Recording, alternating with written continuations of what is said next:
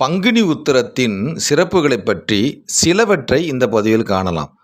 சிவனின் தவத்தை கலைத்ததால் இறைவன் நெற்றிக்கண்ணால் மன்மதன் எரிக்கப்பட்டான்.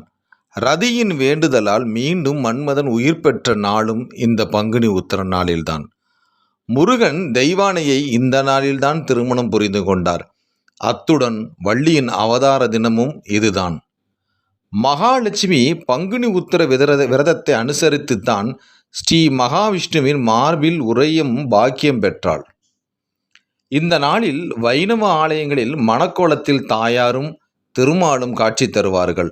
அன்று காஞ்சி வரதராஜர் ஆலயத்தில் ஸ்ரீபெருந்தேவி தாயார் சந்நிதியில் ஸ்ரீதேவி பூதேவி மலையாள நாச்சியார் ஆண்டாள் மற்றும் பெருந்தேவி தாயார் சகிதமாக ஸ்ரீ வரதராஜர் காட்சி தருவார். இந்த பங்குனி உத்திர நாளில் காஞ்சியில் காமாட்சி ஏகாம்பரேஸ்வரர் திருமண விழா நடைபெறும்போது அதே மண்டபத்தில் ஏராளமானோர் திருமணம் செய்து கொள்வார்கள்.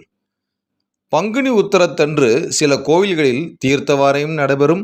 அப்போது அந்த தலங்களில் உள்ள கடல், ஏரி, ஆறு, குளம், கிணறு போன்றவற்றில் புனித நீராடினால் புண்ணியம் கிடைக்கும்.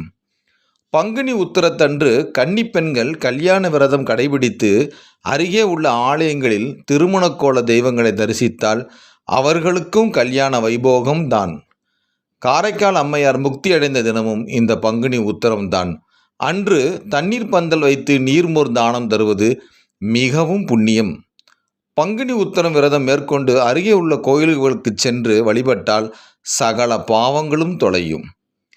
நெல்லையப்பர் கோவிலில் செங்கோல் கொடுத்த லீலை பங்குனி உத்திர நாளில் நடைபெற உள்ளது. பங்குனி உத்திரம் முருகனுக்கு உகந்த நாள். அவர் தம் பக்தர்கள் காவடி எடுப்பதற்கும் விரதம் இருப்பதற்கும் உகந்த நாள் இந்த பங்குனி உத்திரம். செல்வம் படைத்த ஆன்மீக மெய்ய நண்பர்கள் இந்நாளில் முருகப்பெருமானுக்கு திருமணம் செய்விக்கலாம்.